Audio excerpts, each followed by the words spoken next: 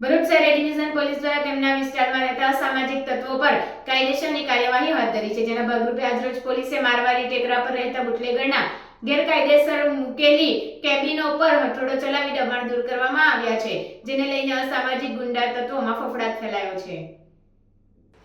અમદાવાદના વસ્ત્રાલ વિસ્તારમાં અમુક અસામાજિક તત્વોએ હથિયારો સાથે આતંક મચાવનાર લુખ્ખા તત્વોને સબક શીખવ્યા બાદ સમગ્ર રાજ્યની પોલીસ એક્શનમાં આવી છે, જેમાં રાજ્ય પોલીસ વડા વિકાસ સહાયે રાજ્યમાં 100 કલાકમાં જ અલગ અલગ જિલ્લાઓમાં ગુનાખોરી સાથે સંકળાયેલા લુખ્ખાઓનું લિસ્ટ તૈયાર કર્યું છે, જે પૈકી જે ગુનેગારોએ ગેરકાયદેસર બાંધકામ ખડક્યા હોય કે વીજ ચોરી કરતા હોય તેની સામે પોલીસ એક્શન લેવાનું શરૂ કરી દીધું છે, જેના ભાગરૂપે ભરૂચ શહેર ડિવિઝન પોલીસે 19 માર્ચના રોજ પહેલા તેમના વિસ્તારમાં રહેતા 13 જેટલા અસામાજિક ગુંડા તત્વોના ઘરે ડીજીવીસીએલની ટીમ સાથે વીજ જોડાણો તપાસ કરી હતી, જેમાં રાજ્યનો કુખ્યાત બુટલેગર નયન ઉર્ફે બોબડો કિશોરભાઈ કાયસ્થના ઘરેથી અંદાજિત ₹3.80 લાખનો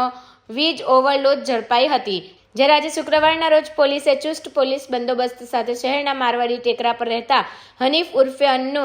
ઇમરાન અશા દિવાનની ગેરકાયદેસર મૂકેલી કેબિન પર હથોડો ચલાવી અને ત્યારબાદ ભરૂચ શહેરના બી ડિવિઝન વિસ્તારમાં આવેલા ભઠિયાવાડ ચોક અગાઉ નાર્કોટિક્સના કેસોમાં સંડોવાયેલા ઇમરાન પઠાણ ઉર્ફે ઠોબલીની શાની ચાઇનીઝ એન્ડ આમલેટ રેસ્ટોરન્ટનું આગળનું road Bharuch B division police, SOG police અને નગરપાલિકાની ટીમ સહિતના અધિકારીઓના નિરીક્ષણમાં તોડી પાડવામાં આવ્યા હતા। પોલીસની એક્શન કામગીરીને લઈને અસામાજિક તત્વોમાં ફફડાટ ફેલાઈ ગયો છે।